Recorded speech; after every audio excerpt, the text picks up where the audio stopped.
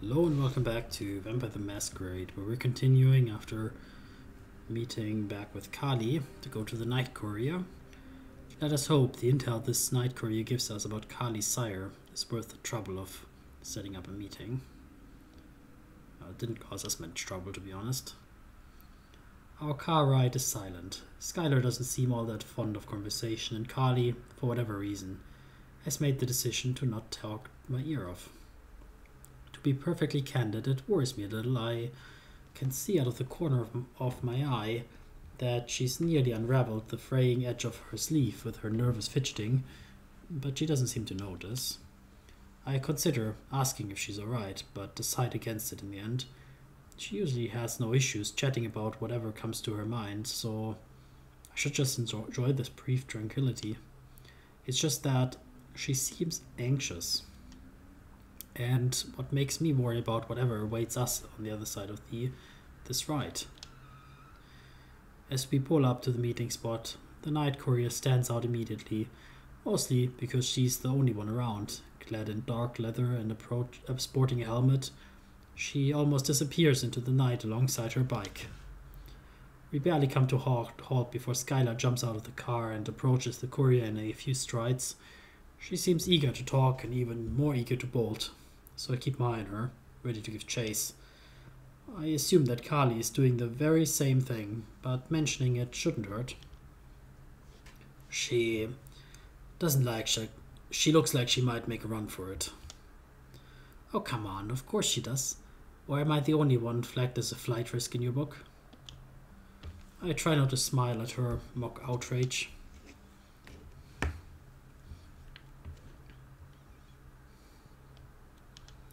No, but you are on the very first page. The moment Skylar pivots and heads our way, we cut the chatter and step out of the car. 5 minutes, that's all I could get for you. Spend it well. She reaches a hand out towards Kali, who slaps it gleefully. Skylar rolls her eyes theatrically. The key, to your stash. I held up my end of the bargain. Yeah, got it right here. Kali tosses the key, which Skylar easily snacks out of the air. I quell the urge to ask what this key opens. Whatever the answer, it's of no consequence anyway. Pleasure. With that, she's off into the night. As she disappears, we casually approach the Night Courier. A little too casually for my tastes. I'm impatient about that bizarre encounter in front of Empire of the Sun, eager to end this nonsensical quest and get back to my research. So, naturally, I open my mouth to speak, glad that Kali takes the cue. Shut the hell up, pretty boy. My mouth shuts right tight, my teeth grind involuntarily. What an ill-mannered termagant. Kali, what the fuck did you get yourself into this time? She takes off her helmet and scowls at Kali like an angry wife. Jess? Holy shit, is that actually you? Ah, of course they know each other. Must have received the same diploma in SAS. Is this why you dragged my ass over here? To start in this shitty high school reunion? I suppose Jazz was top of the class. Care to introduce me? The courier's eyes nearly pop out of her head. Oh, piss off! Is this really why I'm out here? What? No. Hell no. It's, let's just get one step at a time. Christ. I seem to have lost the thread of this conversation. Pádraic, meet Jessica Wainwright. I know you like it formal. She was part of our crew before she up and vanished like a ghost a year back or so. Speaking of which, we thought you were gone. For good, I mean. Jessica seems a little thrown off balance by Kali's words. Oh, really? Well, that clears up the mystery of the silent phones. So we're playing like that. I fucking warned you, you dick. Not like I can text beyond the grave. FYI, I left you guys a fucking note. Witnessing arguments, especially ones that have nothing to do with me, has been my job for the past 2 years, But they still make me so very uncomfortable. And Carly and Jessica are swapping lines so fast that I can't even find a spot to cut in and diffuse the situation. The hell you on about? Reynard said... Oh, of course! Reynard fucking Cassell turning shit into gospel. Interesting. Obviously there is no love lost between her and her former sire. But she paints a very different picture of him than Carly does. Why the hell are you poking around for him anyway? Why? Because it's a fucking Tuesday, that's why. And by that I mean he's off the grid and now I'm neck deep in shit cause the Camarilla wants him found. Right? And who's this charmer? I shrug. I am essentially the raft keeping her afloat in this cesspool she's plunged into. Carly jumps up a little, pouting at me with a wounded look in her eyes, while Jessica lets out a heavy laugh. So I'm surfing this wave of horse shit with you? Oh, you filthy, filthy lifeline. To that quip I just smile. I can see when I've met my match. The sheriff had him shadow me. I swear he's useful sometimes.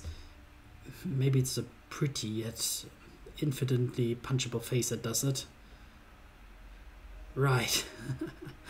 And you just went along with all this creeping around because why exactly?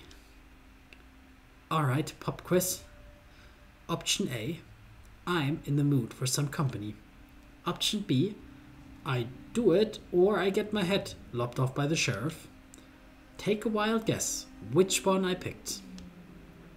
Jessica is clearly not amused.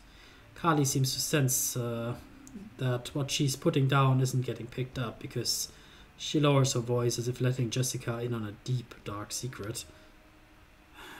Truth be told, there's gotta be something bigger at play with this whole mess. You hear me? I just can't figure it out. What the hell they want with Reynard? And why now of all times? Jessica shrugs and crosses her arms over her chest, looking like she couldn't care less. Water's wet, the sky's blue, and piss stinks.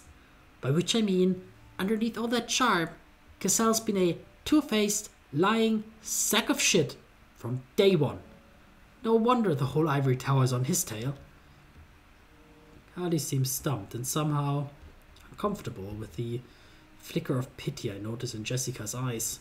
The foundation of her unlife, her perception of Reynard Cassell, appears in danger of crumbling.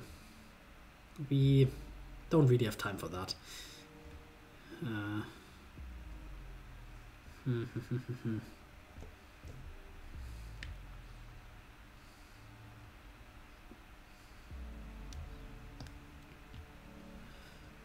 A little birdie told me you might know where Cassell is hiding. Jessica laughs and Carly looks positively aghast for some reason. Oh, honey, Cassell isn't even deeper shit than Carly is. See, I've been involved with the circulatory system on and off, passing messages and whatnot. She leans back even further onto her bike, cool, collected, and supremely confident. I cross my arms over my chest, mirroring her pose in an effort to look more disinterested. Word is, Cassell shot right up the top of their shit list just a couple nights back, based on some fresh intel they got from who knows where. Suddenly she leans forward on her eyebrows, looking at Carly seriously. This is major league shit, Carly. Could be Uncle Sam level big. And it might not just be Cassell in the crosshairs, but anyone tangled up with him. Keep the hell away. Yeah, except running away somehow vanished from my playbook. I literally lose my head over it. Jessica shrugs and starts putting her helmet on. It's your problem, not mine. I bailed on that clusterfuck of sire for a reason, and unlife's been beautiful ever since. Good fucking luck though. Pause for dramatic effect. And don't bother calling me again. Then she's gone. Just an engine roar fading into the night. Right back at ya, bitch. Avoiding my gaze, Carly laughs awkwardly and gives some loose stones a frustrated kick. She's quite something. How are you holding up? Absolutely peachy. But what's a little hate between siblings, am I right? Avoiding personal topics, it's becoming a classic refrain for her. So, the circulatory system, huh? What's your take? I decide to let that one slide. She already looks like she's one push away from toppling into the abyss.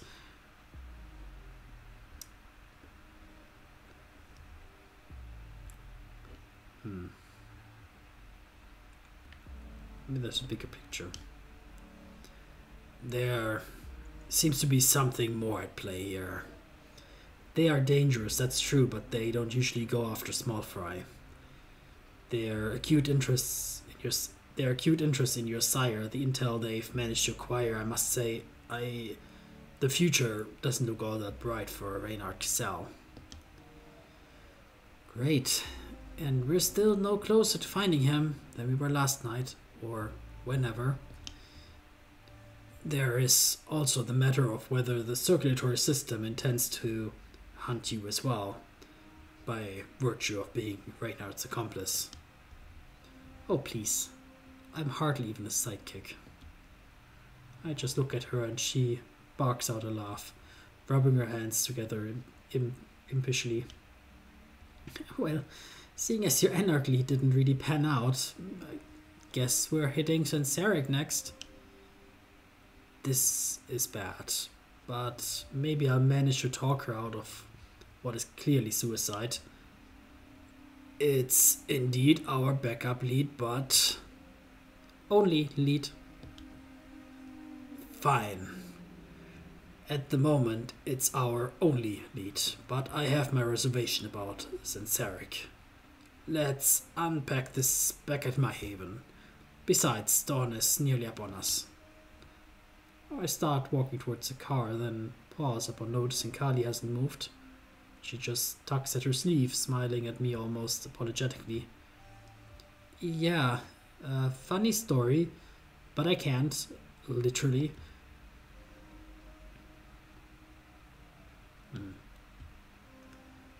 Kali, is this the moment for your antics? We need to move, and quickly. The thing is, your haven isn't safe for me anymore. What are you? It's just the thing with my clan. If I crash in the same spot more than once a week, you might as well sweep me up at sundown, like with a broom. For once, she actually seems genuine. Sheepish, she of course expects me not to believe her. Don't! She'll be gone! To ground! Guarded, keep her close, keep her. Let her go, Fionn. Let her go. Perhaps I could loosen her leash an inch or two. She has been a good sport by her standards. Yeah, I get it. I'm not messing around, Oh, you do? I barely contain a smile. Let's rendezvous at my place tomorrow night.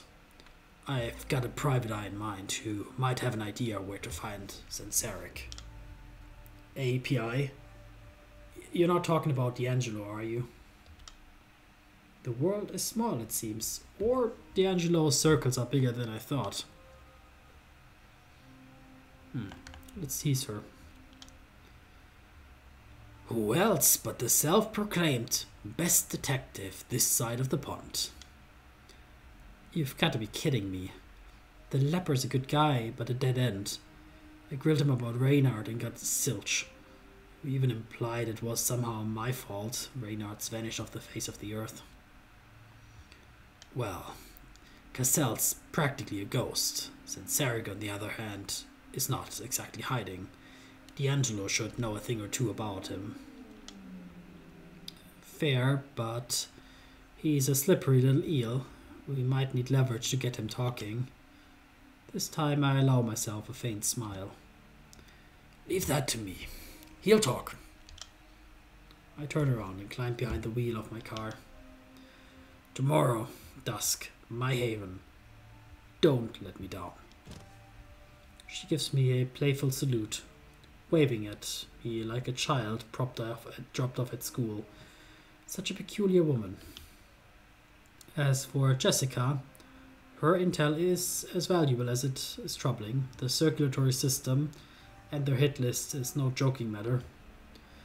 My thoughts on Reynard Cassell swirl and collide in a vortex of incomprehension, until suddenly the inkling of an idea emerges. He must have done something outrageous to attract the system's attention. And I might just know whom to ask all about it. Dangerous liaisons. Encounters with Vitra are far from pleasant, but they are a trial I must endure if I want to get the answers that have been eluding me for nearly a century. So we're going to her in Manhattan. Only once before I have trespassed onto this ship without an explicit invitation, and Vitra made it exceedingly clear that such behavior was unacceptable. But times change, our dynamics has shifted, our relationship has grown since. Especially now that I have held more value to her, mainly because of this unique voice of mine. Whether I'm slightly more valued than before is of little import when she still keeps me in the dark about whatever catalyst of knowledge she awaits and why she withholds answers from me. Answers that she owes me. This time, when I make my way towards the ship's upper deck, I'm surprised to discover that Vitra is already there. Standing on the prow, she seems to be taking in the views, assessing the scale of her domain, perhaps. I fully expect to be reprimanded for encroaching on her turf, but her voice is below frigid when she speaks, which means she's being as warm and inviting as possible. Pádraic, what an unexpected pleasure. What brings you to my domain? I look at her for a moment, candor and subtlety joisting for dominance in my mind. In the end, despite a complete lack of concrete evidence, I follow Carly's playbook and take a gamble. Shut up, just shut up, idiot, dimwit, fool. What is your involvement with Reynard Cassell? I know he plays some kind of role in this spectacle of yours. Is he the reason you keep withholding information about my voice? Tell me. Vitra's smile bellies more than a drop of venom. And where does that inquiry come from? Your intuition? A hunch? As fledglings say nowadays? The smirk grows wider, deeper, more accurate. Or has your voice suggested it? I would really prefer a straight answer instead of more questions. I've had my fill for them lately. Vitra hums playfully. Something in her throat makes that sound double, triple, quadruple, and then it pierces the air like a horn heralding the fall of an entire city. Rarely does one hear such a ominous sound and live to tell the tale. Being undead has its advantages from time to time. Reynard Cassell is indeed one of the pawns on my chessboard. His task is delicate, but of crucial importance to all my endeavors. Perhaps the most crucial. So, my suspicions were correct. Cassell's involvement in her scheme is unexpected, yet, considering the vast reach of her influence, she views any valuable asset as hers by right. There's a hint buried deep in that thought. Maybe I should take it. Should you, Fionn? It is, however, nothing to lose your sleep over, my dear boy. But I do have a very special task, just for you. I ball my fists in fury and helplessness, and repeat the mantra in my head. As long as she has the answers I seek, I will suffer her treating me like a child. What can I do for you, Vitra? She smiles at me, as sweetly as her morbidly beautiful face allows. Keep Reinhard Cassell's child occupied. I understand that she has somewhat of an unfortunate attachment to him, but it would be best if she didn't locate him too soon. You need not interfere with her quest, but do not make it easier for her, and do keep an eye on her. Those of their clan has an unfortunate tendency to make things unpredictable when left unsupervised. I shall. I've done nothing if served you well. I would say I've been more than considerate. She responds with silence, and that unnerving calm icy stare that could easily drive one off the brink of madness. It's a weapon she's honed to perfection. I thought I'd be used to it by now, but it slices through me as viciously as the very first time. How long has it been now? 5, 6 months? Half a year trapped in this endless spin of justifications, half-truth, and unfulfilled promises, constantly veered of course. Despite her alleged interest in my unique condition, despite our shared thirst for answers, despite the growing urgency, the resolution to my dilemma always hovers just beyond my grasp. Still, she's the first kindred to make me believe she could truly grant me reprieve. I've been holding up my end of the bargain. Not once have I raised objections. Not once have I strayed from our agreement. But I'm not one of your puppets, Vidra. I thought I made my stance unequivocally clear. That you did. This cannot go on. You need to deliver on your promises, or I'm walking away. She cracks a smile, as stunning as it's rare, like a dragon flashing its fangs. It suits her, given her true nature. All in due time, dear. All in due time. Damn her, and her cruel laugh of stringing me along. I can see she has no more information to share about matters of import to me, but perhaps I could see whether she's involved with Senseric as we... I tire of this conversation, but let me give you a treat for a job well done. I have a nice new herd downstairs, freshly acquired. Come with me and relax, feed, enjoy yourself. You've worked so hard, my dear boy. You deserve it. With these words on her lips and a pat on my head, as if placating a morose hound, she saunters towards the lower deck. Shut up, just shut up, idiot, dimwit, fool. I instinctively reach for my ring, but after a brief moment of contemplation, conflict, and waiting, pros and cons, I follow. A couple of days ago.